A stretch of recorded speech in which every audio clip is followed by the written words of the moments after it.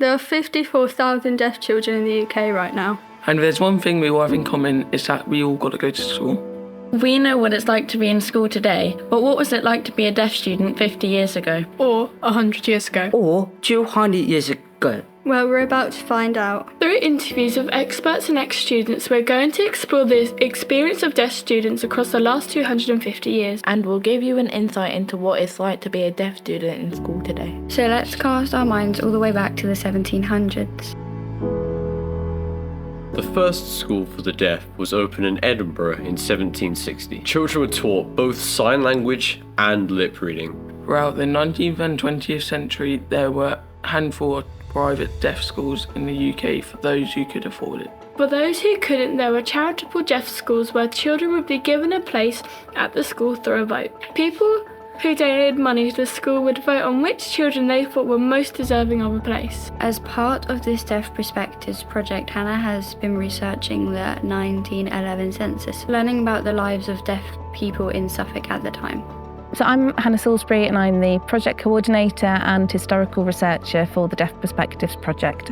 If you were a deaf child in Suffolk, you didn't have a lot of options really. You could maybe go to your local elementary school that was for everyone, and I can only presume find it really hard to access the learning. And with no deaf schools in the county, your only other option would be to go to a specialist deaf school but as a boarding student. So the closest one at that point was in Margate in Kent. So those students would have been away from their families for long periods of time. So you'd have to make this decision of an education you can access versus staying at home, which must have been really difficult. As there were no schools for deaf pupils in Suffolk, many deaf students in 1911 attended a school called the London Asylum for Education of the Deaf and Dumb Children of the Poor, a wordy and very outdated name for today. They would give them a basic education in things like English, maths, history, geography, Bible studies. That was really important at these schools. But they also tried to train them up for jobs so that when they left school, they would have a career, an occupation, something that they could earn money with and support themselves. And they particularly focused on things like carpentry, shoemaking, dressmaking, tailoring. So the older students in their last year at the school would make themselves a whole outfit of clothes for when they were leaving. That was part of their training and their practice. It later moved to Margate and was renamed the Royal School for Deaf Children and closed its doors in 2015. The last family who live in Ipswich has 3 deaf and 3 hearing children. In 1894, a notice appeared in the East Anglian Daily Times, urging governors of the Margate School to vote for Alice Last, aged 9, to get a place in school. This plea was successful and her younger sister Kate followed her there later. The 1860s saw the rise of the oralism movement. The oralism movement believed that signing was harmful to speech development. Even though there was no research or evidence for this being the truth, there was only taught lip reading and speech. Alison went to school in 1970 and went to a boarding school for deaf students. When I first started at school, I was 3.5, 4, and from that age we had to sit on our hands in the classroom because they didn't want us to sign. Even when we just wanted to wave to get attention from somebody, we were not allowed to do that. We had to call and say names. But when I went to Mary Hare, there were lots of deaf students who had deaf parents. So their first language was signing. And we used to wait for the teacher to write on the blackboard. And when the teacher turned round, we would all sign to each other. When the teacher turned round, we'd stop.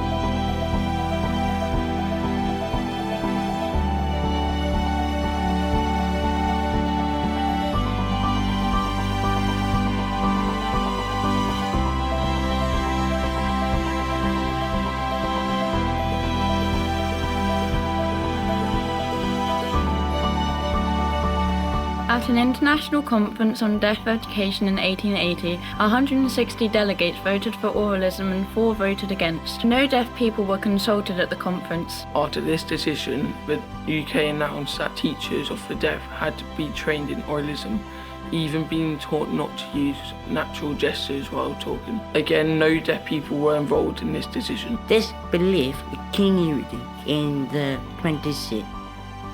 Sign was not allowed, and script depositum who we gave to anyone who did sign.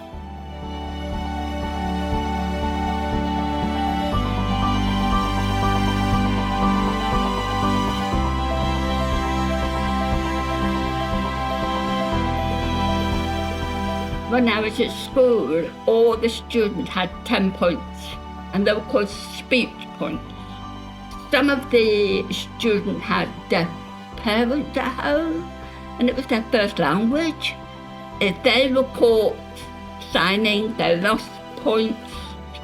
And if you got less than 7 points, you were put in detention at the weekend. You were punished for signing. So that's what I grew up with. Let's jump forward in time to the last 20 years. How did things change going into the new millennium? So I'm pretty sure I was the only deaf student, both in primary school and high school. I'm not aware that there was anyone else. And so I think they very much had the attitude of, well, why should we change the way we teach or what we do for just one person? I remember a situation with one teacher where she was utterly convinced that I was wearing headphones in her class. She believed that my hearing aids were headphones, demanded that I took them out. When I tried to argue with her about that, it was like, well, okay, now you're in trouble for arguing with a teacher. I took them out. I then got in trouble for not doing any work. I didn't do the work because I couldn't hear her. I don't want other people to have the experiences that I had. So I'm very fortunate now to be in a position with my job where I can hopefully make things a little bit easier for our deaf students. I remember, I think it was about year 10, my teacher of the deaf ran a session with my class, my form, where they all got to try on hearing aids and see how it was to hear through hearing aids, and just really to get all of their questions out in an environment that wasn't sitting down and quizzing me. My teacher of the deaf and my SENCO, my special educational needs coordinator, worked incredibly hard to make sure that I had all of the written resources before I went into any lessons at school, so I could read through PowerPoints, sheets, everything. Like my languages teachers, because I loved languages, for listening tests, they'd read it out to me rather than me having to listen to it so that I could lip read, which was super helpful. They wore visors instead of masks, and I had this wonderful history teacher, Miss Whitworth, who knew a bit of sign, and so she taught everyone a bit of sign just in my history classes.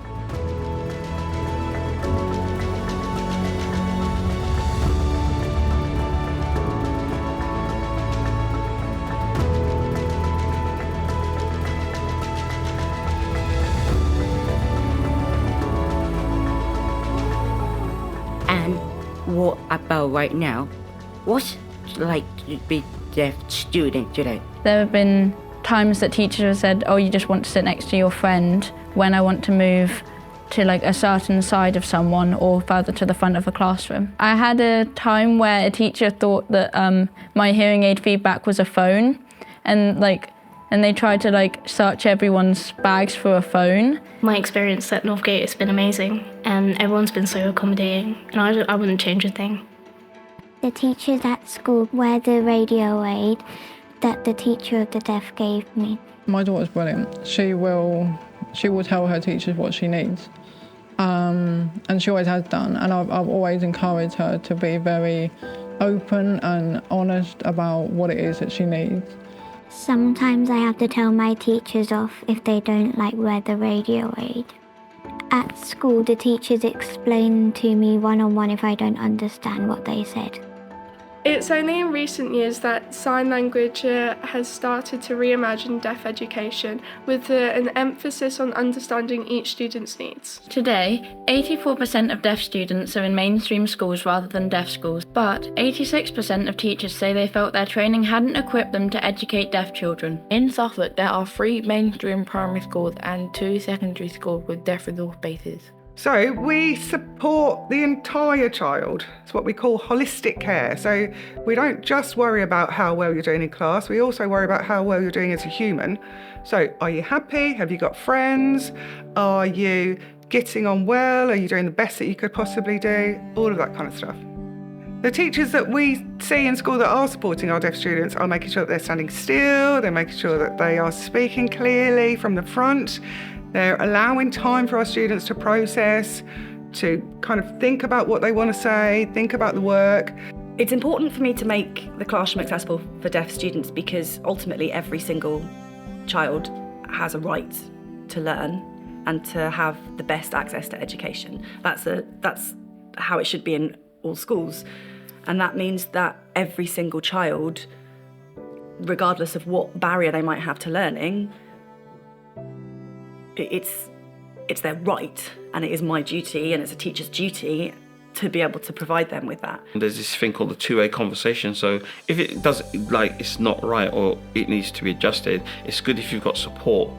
Support can actually let you know that deaf students are having trouble accessing it, and there can be that dialogue. What I actually found was my deaf students were actually more able than my non-deaf students anyway in terms of ability. So last year I sent a student up a set because she was really quite able in maths, and I thought, well, I don't want to hold her back. I didn't want deaf students to get pigeonholed as in, oh, they're deaf so we need to keep them together, and end up being not set correctly, especially if they're very able. What's next for education? There are still some major things that need to change. Immediately, what I would hope will change in the next 10 years is that BSL teaching becomes free or cheaper so that more hearing people can access BSL and learn BSL. Awareness is coming. I think we're right at the cusp, and I think the next 10 years are going to be really exciting. The basic need for deaf students is to be part of something. And usually the deaf friends that you make when you're at school, they're your friends for life.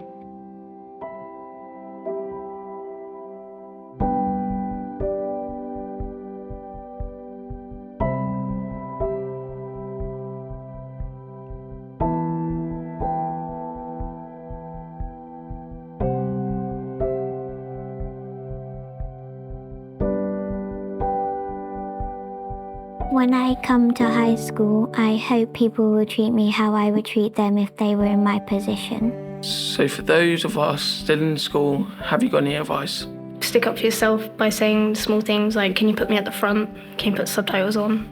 Can you turn and face me? The only way that you're going to be able to make any changes or get people to understand your experiences if you just tell them about it. I didn't really chat about it with my friends because I didn't really know how to bring it up. But however judgmental teenagers can be, they're also really lovely, and if they're your friends, they'll listen.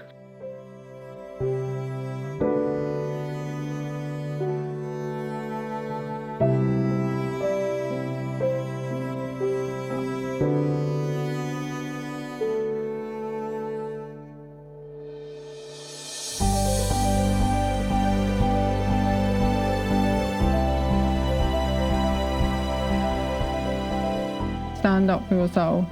Tell your friends and your teachers exactly what you need.